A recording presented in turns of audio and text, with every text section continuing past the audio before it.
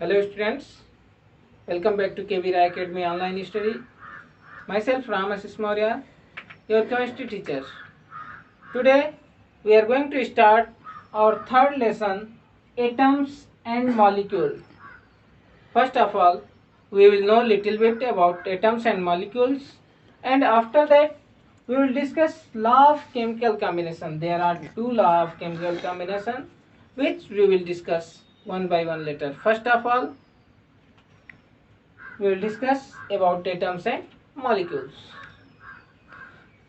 You see many materials around you. All the materials are made up of atoms. So atoms are the basic building blocks of all the materials or matter, and the combination of atoms form molecule. Means if two or more atoms combine each other, they form molecule. The Indian and Greek astronomers always have wondered to know the unseen and unknown form of matter. The idea of divisibility of atom was being proposed in India about 500 BC. The great Indian philosopher Mahasi Kadad gave the idea of the divisibility of matter. He told that if we divide the matter in smaller and smaller particles, at last it will come in a form which will not divide. And to this form he gave the name as Parmanu.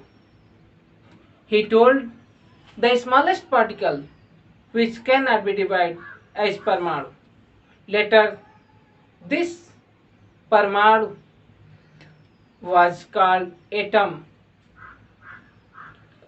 After that, we will now discuss law of chemical combination. As you know, elements and compound, these both are pure substance. Then why they combine to each other? So this is dependent on the law of chemical combination. There are two laws of chemical combination: law of conservation of mass and law of constant proportion. First of all, law of conservation of mass.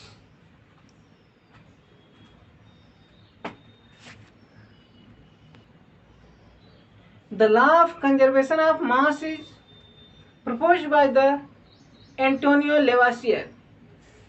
He stated that the mass of the product of a chemical equation is equal to the mass of the reactants in a chemical equation. Means if the mass of chemical equation in reactant is about 10 gram, or it is 10 gram, the mass of reactant is 10 gram, so the mass of product will be also 10 gram. So the mass of reactants is always equal to the mass of product. This is the law of conservation of mass.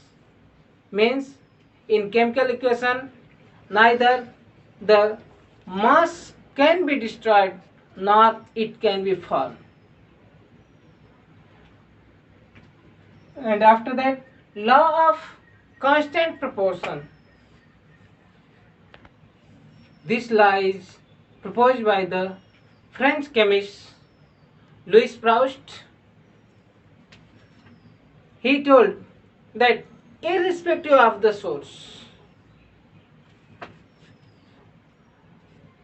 A pure chemical substance always consists of elements in a definite proportion of mass.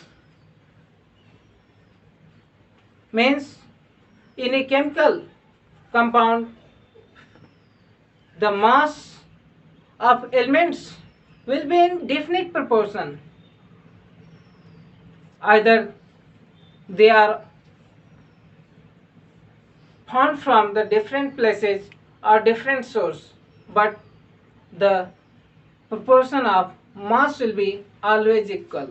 For example, we obtain water from many sources like rain, sea, tap water.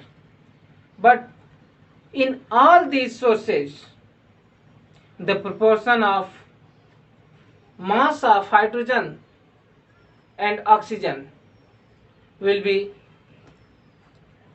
1:8.